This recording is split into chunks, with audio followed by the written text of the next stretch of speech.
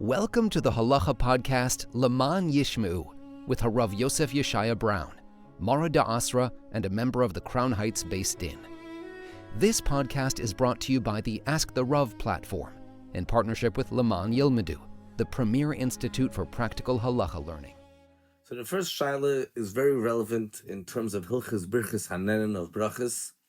People often eat or drink in one place and they move on to another place. And the question is, when moving from one place to another, you change places in the middle of eating or drinking, do you make a new bracha or not?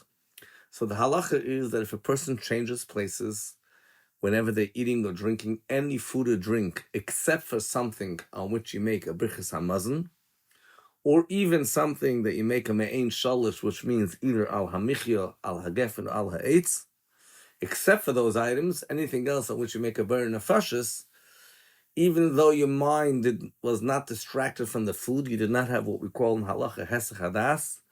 Halacha considers the fact that you changed places as though you finished eating and as though your mind was distracted. So therefore, if a person eats and drinks in one room and then he moves to another room, and he wants to now in the new room to continue to eat and drink, even if he's eating food of the same type which he started originally eating, he's, according to halacha, supposed to repeat the bracha, rishona, the preceding bracha. The exception to this rule is if a person had das, explicit intention, and he decided that he wants to continue and eating and drinking in another room in the same house, or even if it's not mecheder lecheder from one room to another, but he's going to go out of the house into the yard, but it's in the same yard that he had in mind, in this case, you don't make a new bracha rishona. The bracha achrona, however, for what he ate in the first room is not necessary, because the bracha achrona, the after bracha, when he finishes the entire meal, works for everything what he ate in the first room and what he ate in the second room. So again, to repeat this point, and it's not a known halacha, person takes a cup of coffee, starts off in one room, and continues in another room. If there was no original intention, according to the strict halacha, he has to make new bracha. The Mishnah Berurah maintains differently. Some person want to say that nowadays it's very common that people change their mind and change their location. It's almost as if everybody has a mind to move, but that's not necessarily the case. People could eat in one, drink a cup of coffee in one room, and they won't necessarily move to another room. And we often find in halacha these things that the lashon of Prospective is loy sagi belav hachi, that it's almost impossible without. It's very normal that a person would, in middle of eating, stop and do something else, and nonetheless, Prospective say he will have to make another bracha. A classic example is going to the bathroom. It's a normal thing for people to go to the bathroom in the middle of eating. Rebbe paskins that under ordinary circumstances, if it's a food on which you make a ger-in-process and a person left the room, he has to make a new bracha. So the strict halacha is, if a person goes from one room to another, if there was no das, and it's not a food on which you make birchas hamazon or me'ein shalish, he has to make a new bracha. Moving on, I want to talk about another detail about this question. What does it mean when we say that the person had das? He had in mind to change his place. Does that mean he had in mind to continue eating in the second room? Or the very fact that he had in mind to go to another room, but he wasn't planning on eating there? And if a person did have in mind just to go to another room, was that going to work? Let's say a person had in mind to eat there, which is better than not just had in mind to go to another room, to actually eat in another room. Could he go there without eating in the other room? And if he went there and he didn't eat in the other room, and he came back, does he have to make a new bracha? What is the halacha about all these things? So in order to know the halacha about this, we need to introduce what we said earlier, a basic distinction between things that require a birchas hamazon or bracha me'ein shalish versus things that require a ger-in-process. What's unique about birchas hamazon and bracha me'ein shalish is those are things that you're supposed to lechatchila bench in the place you ate. You're not supposed to leave. You're not supposed to leave, not to eat somewhere else, not even to make a bracha somewhere else. If you ate in a certain place, benching birchas hamazon is supposed to be in that place. Lechatchila was supposed to, even bracha me'ein shalish, ala michya, ala hagefen, and ala eitz, you're supposed to make in the place you ate. Ber nefashos is not a requirement. It's a good habit to adopt. That is, you should make a ber nefashos right when you finish eating in the spot you ate, because you might forget to make a ber nefashos. But strictly speaking, you can have your coffee in one room and go to another room and say the ber nefashos there. Because Birchas Hamazon and bracha mein shalosh, you're supposed to go back to the room. You're supposed to make the bracha achrona in the room you ate. So whenever a person leaves, technically, arguably, you can say it's considered as if he didn't really leave. Lekive kama hadar, he's returning to his original kviyas. You can't leave because you're always forced back to the original place to come back to make a bracha achrona.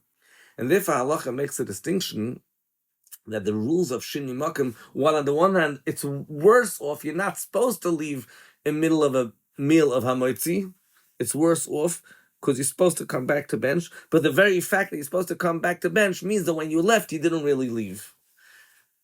So, having said that, let's go back to the question that we asked. We asked, when a person has in mind to go eat somewhere else, what does that mean? He has in mind to change his place or go eat somewhere else? And here there's a distinction. When it comes to devarim she'ein te'unum bracha la'achrein b'mkayman, foods that you don't have to come back to make a bracha achrona, ber nefashos foods, shahakal foods, hadama foods. In such foods, if you go from one room to another, we earlier said you have to make a new bracha unless you have das. Das does not das that you're going to go from one room to another in the same house. We're talking about all the same house. Does not mean that you had a mind to eat there. It just means the fact that you had a mind, you're going to change your place. You had a mind, you're going to leave. The very fact that you had a mind, you're going to leave, means your kviyas has been uprooted. If you had a mind to eat, even greater, even better. If you had a mind to eat, you could also only go there and not eat. That doesn't matter. The very fact you had a mind to go to another room or to eat in another room is fine. And if you had a mind to eat, you can just go and not eat. When we talk about dvarim hatu'unim beracha la'achreim b'mkoimam, so over there you're not allowed to leave. You're mechuyev to stay in your place until after you bench. The only way you're allowed to leave when you're washing for a meal, a hamaitzi meal, let's take the extreme example, not ala michya, hamaitzi meal, you're only allowed to leave if when you made hamaitzi, you had in mind to finish the meal somewhere else. It's not just enough that you had in mind you're going to go somewhere.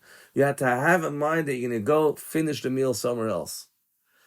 Just eating in one room with the intention to go to another and make a bracha achrona there is not enough. However, the Alter Rebbe paskins that in the case where the person you ate, the place where you ate, is not a clean place, and there's a problem making a bracha achrona there, you can rely even on the fact that you had in mind that you're going to bench on another place, even though you didn't have in mind to finish eating in another place. So let's make this very, very clear. With the etzem idea of shini makim, of that you had in mind that you made a bracha in one room, and you had in mind to go to another room in regular foods, you don't have to have in mind to eat in the other room. It makes no difference. You ate in the other room, you didn't eat in the other room, you had a mind to eat, you had a mind to go to the other room, it's all good enough. The fact that sometimes we use the term daito elechel is a chiddush. The chiddush is that for sure helps, if it helps, even if you're planning to continue and finish your meal in the other place. But certainly if you're planning just to go to another room and come back and eat over here, for sure that would work. So this is proven in my Matcha talks about this. Other Achrayim talk about it. They try to bring a rai from the Taz one way or another. But this is all about the idea of shini makom b'devarim she'ein tunim bracha la'achreim b'mkoimim. When we're talking about something which does not require a bracha achrona in a spot, but the fact that you change places means you make a new bracha. The isur that you're not allowed to leave in a meal until you made a birchas hamazon or al michya or something like that, that isur is not just enough that you had das, that you can be over this isur. That doesn't help. The das is that you're going to finish the meal somewhere else. If a person had das just to make a bracha achrona somewhere else, that's a suffix, if that would work. And b'shas hatchak, in a place where a person is stuck, because like we said, the place where he ate, it's not clean, over there, we'll rely on the fact, even if you had a mind, just I want a bench over there, because bracha b'mkoime means has to be b'mkoime mamish, has to be mamish that place. I'm going to move on to another very interesting question, which is related to the Siyum Rambam. We're finishing now Rambam. And the very end of the Rambam talks about, we just finished, that if a guy wants to do a mitzvah, and he wants to do a mitzvah in order to get a schar for it, he's allowed to do another mitzvah. So is that the case, that a goy could do any mitzvah he wants? So if we're doing mitzvahim and we're being mizaki yidden with hearing shofar or with shaking lulav, and a non-Jew comes and says, I want to also hear shofar and I also want to shake lulav, should we help him and let him hear shofar and shake lulav? So first of all, let's talk about shofar. There's actually an isser. Shofar, you're not allowed to blow shofar stam hazay and rishona, only if you're doing a mitzvah. And to blow shofar for a non-Jew is a problem. I mean, if the guy is listening to your shofar and you're blowing for someone else, big deal. But to go blow shofar on a shoshana for a non-Jew is actually an isser. You can't just do the stam hazay. So the real question should be about other mitzvahs. He wants to shake lulav. So the emes is that this halacha, the halacha is indeed that a guy gets reward for doing mitzvahs that he's not mitzvah, so that he's not instructed to do so, but he's not allowed to do it with the argument that it's actually a mitzvah for him. So there's a very subtle point of there. He could do it not if he thinks that he's mitzvah, that it's a mitzvah for him. If he actually thinks it's a mitzvah for him, he's not allowed to do it. There's an exception to that rule. The Radvaz on this Rambam writes that mitzvahs shetzrichim kedusha v'tara, mitzvahs that require sanctity and purity, could go in Tefillin, Sefer Torah, mezuzah. Really, the Radvaz says, I'm thinking you should be machmer. You shouldn't let a guy do a mitzvah like Tefillin. It's a mitzvah that requires holiness. So there's certain Svarim say Sukkah has a special kedusha you shouldn't let a guy do. So there's mitzvahs that have special kedusha we don't let him do. But otherwise, it seems like we would let him do every single mitzvah. The problem, however, is that there's a shtickle stiras harambam over here. The Rambam in one halacha before says we don't let him do mitzvahs. The next halacha says we don't stop him from doing mitzvahs. And there's many ways to reconcile this stiras harambam. According to the Moshe Feinstein, Moshe, the fact that the Rambam says he gets schar is only talking about mitzvahs like tzedakah, donating money for the Beis Hamikdash, not all other mitzvahs. And a lot of people disagree with what Moshe Feinstein says, and there's very strong rayas that prove the fact that a guy gets schar in any mitzvah that he does. However, the Rebbe, in the Rebbe's Rishimis, is medayik in the lashon of the Rambam. The Rambam says if a guy wants to do a mitzvah, ein moinim, we don't stop him. It doesn't say we lechatchila allow him to do a mitzvah. So there's a difference between ein manichin and ein moinim. We don't let him means we don't let him do a mitzvah. But if he does, we're not letting him lechatchila. But if he does a mitzvah, we also don't stop him. The Rambam says if he gives tzedakah, mekabel, we receive the tzedakah. We're not going to go and encourage him to do tzedakah. So that chiddush of the meiredige chiddush, the way the Rebbe learns in the Rambam, that it doesn't mean that we're going to help, certainly not going to help them, but not even not help them. When lechatchila, we don't let them do this. But if they do it, we're not going to stop them b'diavad after the fact. What's difficult to understand over here is that the Rebbe is medayik about tzedakah, that tzedakah mekablim b'diavad. If he gives tzedakah, well, once he gave it already, we'll accept it.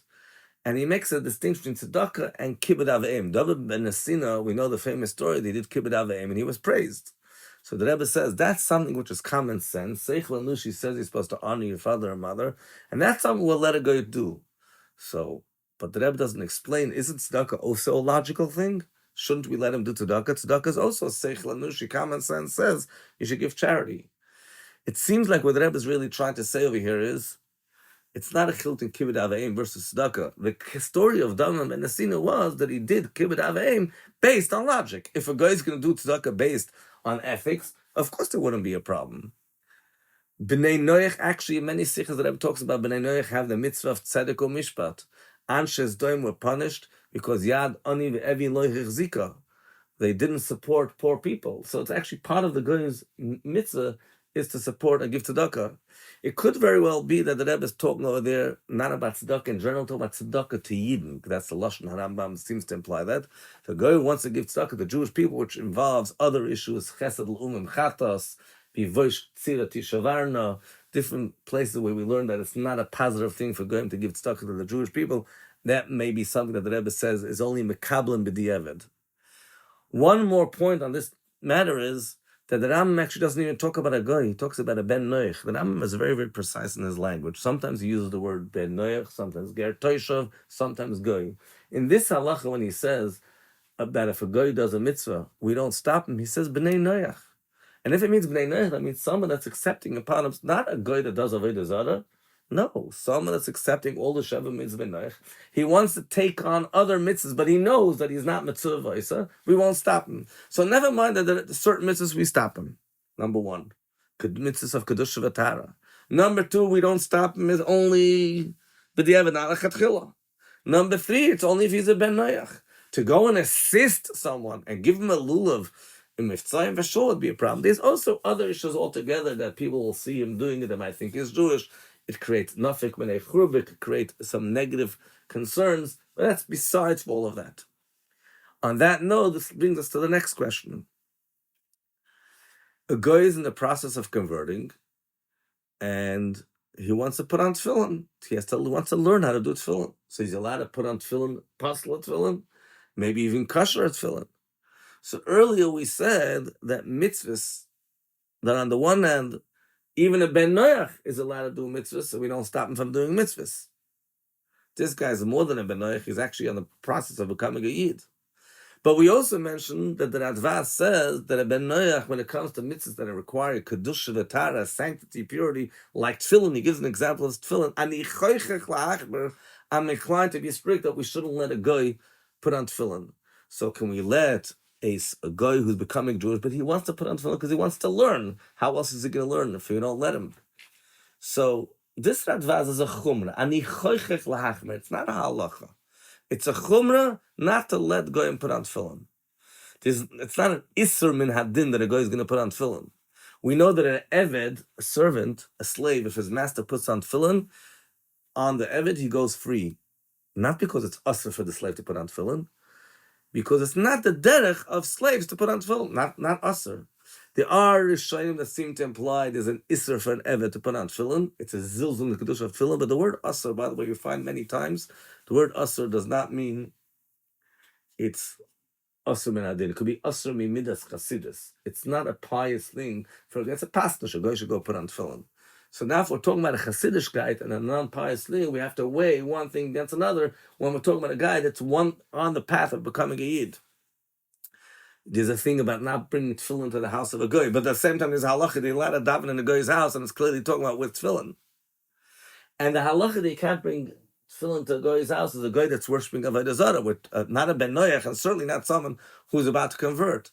A katan, right? We allow a katan to go through chinuch, and part of his chinuch is to train him also on tefillin.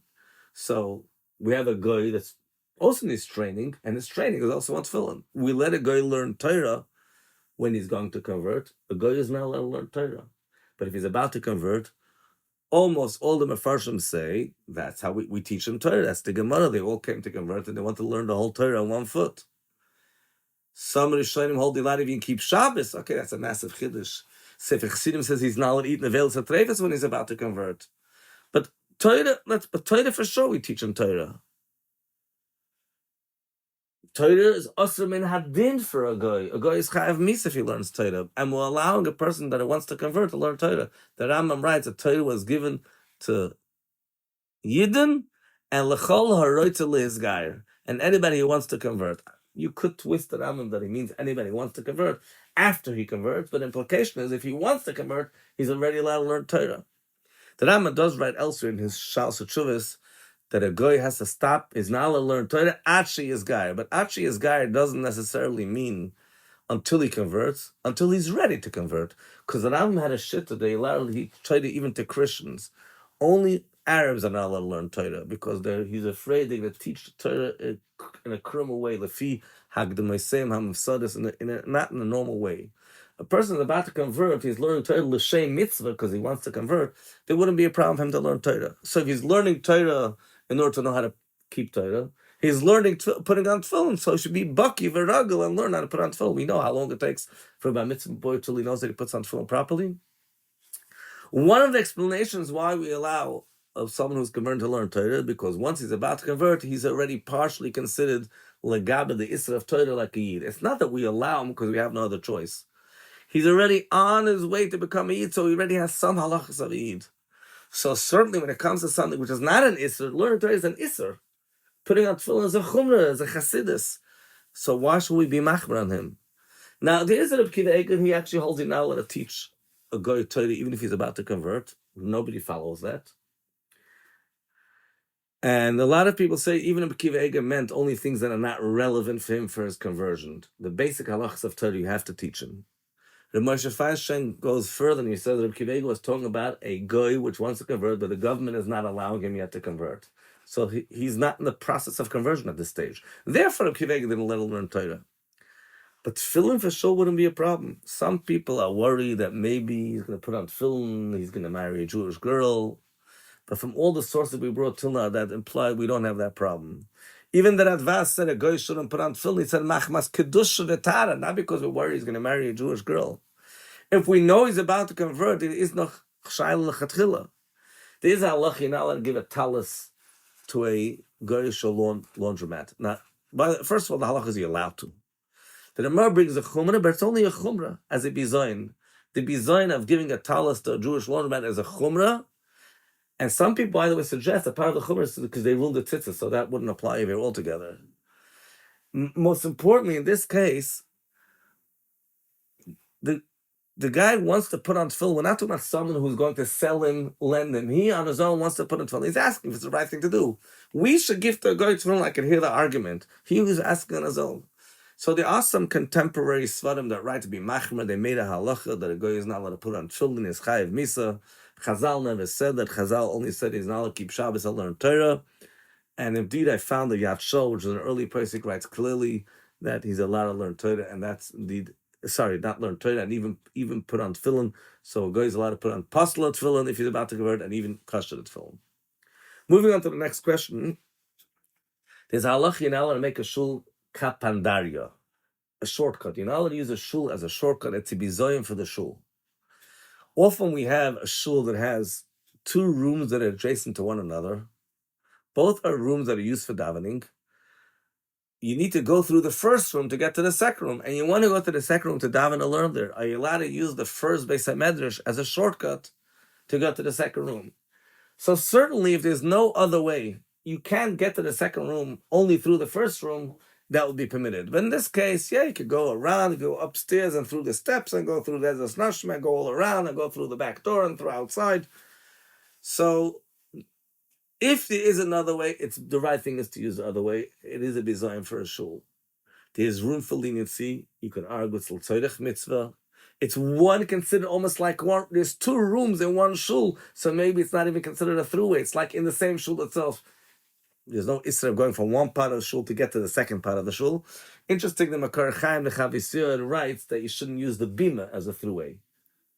You shouldn't, in the shul itself, shouldn't go on one side of the bima, over the bima to be able to get through. A lot of times kids and even adults, sometimes we see in particular about it. The Makar Chaim, which was the Chavisir, whose Sfarim, his Ksav Yad was only printed a couple of years ago, writes that that's an issue. But that's a separate issue. But the bima, the kedusha of the bima, in the shul itself, there's no problem going from one side to another. You can argue that the two rooms are considered like one shul. It is l'tzorech mitzvah. There is some room for leniency, but if you could go another way, you certainly should go another way. Moving on to the next shaila. Some people have heard about a rumor, a tradition, something, there's some halacha that you're not supposed to use broken dishes. And is this a myth? Is this real? What does this mean? Does it mean if it's broken completely? Does it mean if there's a chip? So first of all, there is no such halacha. Some people are concerned that broken dishes have to do with klippa, and if it has to do with klippa, then it means you can forget your learning. But we don't know any official clear source that it says that you're not allowed to do so. There's such a custom.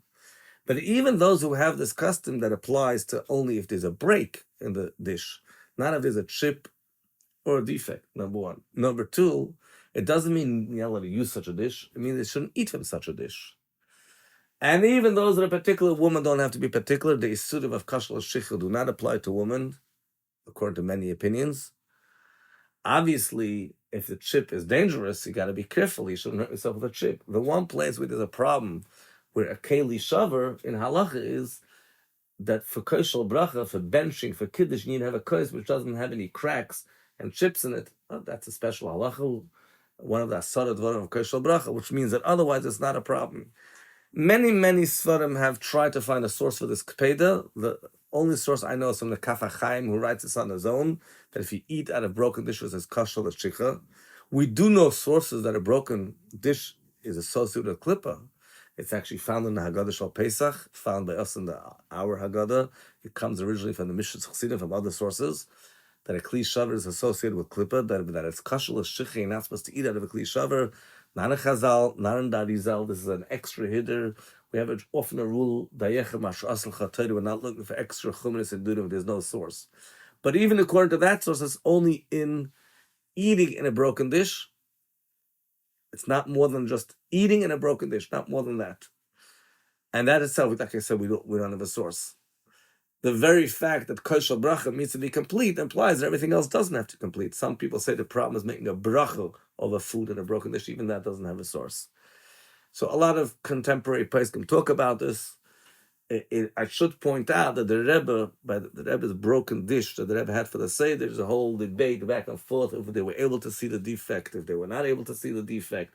Was it really defected, or was it a type of dish that they don't normally use, and if it's considered like a kli shaver? And it could be there was changes over the years. The Rebbe spoke about this thing of having a kli shaver, that we don't want to pour our wine, which is going to clip it, into a kli shalom. That's the main idea about that. The reason I said women don't have to be makbid, because there's many poskim that say even things that it says on halacha that it's kashal shicha do not apply to women. They don't have the isur of yisham lecha pen tishkach. So certainly something which doesn't even say in halacha, we don't have to worry about it. Question: a person heard part of Kriyas HaTorah, didn't hear all of Kriyas HaTorah. How much of Kriyas HaTorah do I need to hear to be yotzei the mitzvah of Kriyas HaTorah? I don't have to hear it again. And how much is it considered I already heard and I can't join into another minyan? They need me for a minyan for Kriyas HaTorah. So Kriyas HaTorah, do you have to hear all together? There's a debate if Kriyas HaTorah is a chayv on the tzibur or a chayv on the yachad. Does each individual have to hear Kriyas HaTorah? Or if there's a community, there's a chiyuv of Kriyah. You missed Kriya, you missed it. Now, we obviously were very, very machmer. The Rebbe was particularly very, very machmer to make sure to hear every single, not to miss Kriyas HaTorah. And there's also a special inyan to finish every single parsha. Moshe Rabbeinu was masakim, and we have to go through the parshas and hear them every Shabbos, the parsha, until Simchas Torah. So, how much should you hear? So, there's an amount till Sheni that we hear Monday and Thursday and Shabbos Mincha. But the idea is not about till Sheni. Sheni is just a place that's a convenient place to stop. The idea is to hear 3 aliyahs. Each aliyah should have at least 3 psukim. Ideal should be a total of 10, not 3 times 3, but 10. But if you heard only 9, it's also fine. Shabbos really should be listening to the whole entire parsha. In what situation would you have to go? Can you join another minyan? Let me in a scenario. You have 10 people in the shul. 4 of them didn't hear Kriyas HaTorah. 2 of them heard only some of the aliyahs. They could do Kriyas HaTorah now. So the minig is generally that you need to have 6 people listening to Kriyas HaTorah, similar to Shishim Espalim. There's sources for that. There's a debate about it, but that is generally the minig. If some of those people didn't hear the whole Kriyas HaTorah, they didn't hear 7 aliyahs on Shabbos or 3 aliyahs during the week, they can join in the minyan. But here's some which is not known. If they were part of the tzibur that heard Kriyas HaTorah and they were there, even if this person personally didn't hear the whole thing, it's a chayv sibur. He was part of that sibur. And like Samdari Shul Mitzrayim was a shul in Egypt. Not everybody was able to hear. And Toshav, the Aruch, and Toshav and the Rabbi said they were all yotzei Kriyas HaTorah. They were there. They know what was said. They heard. They didn't hear. They were all yotzei Kriyas HaTorah, even if they didn't actually hear. So you could argue and say, I was in the shul, but I didn't hear. That doesn't matter. You were there. So you're already part of it if you were part of that sibur. So that's an important thing to point out. The Chalal the Tzemach Tzedek writes that Kriyas HaTorah is not about hearing, it's about having aliyahs. One of the reasons the Midi says, according to the opinions, that a kotnik could get an aliyah and be oila, because it's not a regular mitzvah that you could say, you're not mechuy, you can't be mitzi. The mitzvahs, then it should be read. So if you were there when it was read, you already counted. I got a very unpleasant question. Someone had a massive heart attack, lo yaleinu. It was in the middle of the day, and they tried to revive him, and until later, when it was already night, and he was pronounced dead. What time is it considered that he passed away? Which date? Is it the daytime or the nighttime? The answer to that is, for when his heart stopped beating and his breathing stopped, even though they continued to try to resuscitate him. So we have a sefer called Nishmas Havron, which has a lot of halachas associated with medicine, based on a lot of Piskadim and Reb Shlomo Zalman. And if they bring about a person that did not breathe and his heart was not beating before, this was before Shkia, and they tried continuously to resuscitate him without success, and they can declare him dead already after Shkia. And they write that the Yartzeit is based on when he wasn't conscious anymore, because that's when we find out, Lemafred, he already died then. The same thing is written in the name of Shlomo Zalman, that retroactively from when the breathing and the heart stopped, even though there was afterwards a resuscitation that was not successful. I'll finish with one more last question on a positive note. So the Rebbe's uncle, it is written about him that he had a minig that he read the Shema for Tefillin that Rabbeinu Tam, he said Shema, and he used a mezuzah. The same thing is reported about Itch the Masmid, and it was Mashpi and Techot Mimim, Rabbi Isaac Baruch. They also had this interesting minig. So someone asked me the question, is it something that a person should do? Is it something that's discouraged? Where's the source for this minig? I don't have a source for this minig. I looked high and low. If somebody knows the source, please let me know. I found that Rebbe Chaim also had this minig. They probably wanted to bring upon us from the Kedusha reading of mezuzah. And some people have a minig, they write out the Pitam Aktoidus on a parchment, Ksavashuris, because it's a school of all kind of things. And a lot of people question that's a good thing to write. Who says you're allowed to write parshis on a klaf? It's actually a shayla al pi halacha. But here, this is a mezuzah that was already written, not going and writing something in a klaf. So they wonder, instead of reading from a siddur, which is not even considered reading b'ksav, it's actually considered reading it bal peh. Hey, you read it because it's printed, so it's according to some opinions that's not called ksav. They're reading from original Sefer Torah. Why they did it only for Rabbeinu Tam, not for Rashi? Maybe because it's hard in the middle of davening, it's already after davening. But I haven't seen this practice by Chassidim Bechlal. And we have a klal that you're not supposed to take on hidurim that's beyond your level. There's something called mechzek yura. You're doing something that looks like it's arrogant. We talk about over here great Chassidim, the Greise Bala Madrega. And generally, we have something called nachmachen. The Rebbe spoke many times that how terrible it is nachmachen, that when it comes to a hiddur that's beyond your level, you're not supposed to chapzechon and copy someone else. How did the famous story about the person that wanted to copy the Hill Paracher, the Rosh Hakol didn't want to give him the Esrei because you're doing it because Cain Asa Hill, not that you're up to that, because that's what Hill Paracher said. So therefore, Cain Asa Hill, you're copying him also. The Rebbe Rashab saw someone copying him the way he washed his hands, he was displeased. The Rebbe spoke about this a number of times, that even on Haggas that he saw by the Friedrich Rebbe is nicht kein inyan stam nachmachen, unless it's something that you see this halacha, it's a zahirus of halacha, and there's an inyan in it. But you saw certain chassidim doing something, so if a person is on their level, if it's not nachal saklal, and you're not of these chassidim, but everything they did was different than everybody else, you're part of the masses, to me it seems that wouldn't be the right thing. We'll finish over here, Kol Tov. Join the global halacha learning revolution of the Laman Yilmadu Institute and bring increased brachos into your home. For details about the various learning programs, visit our website, lemanyilmadu.com. That's LEMAANYILMEDU.com.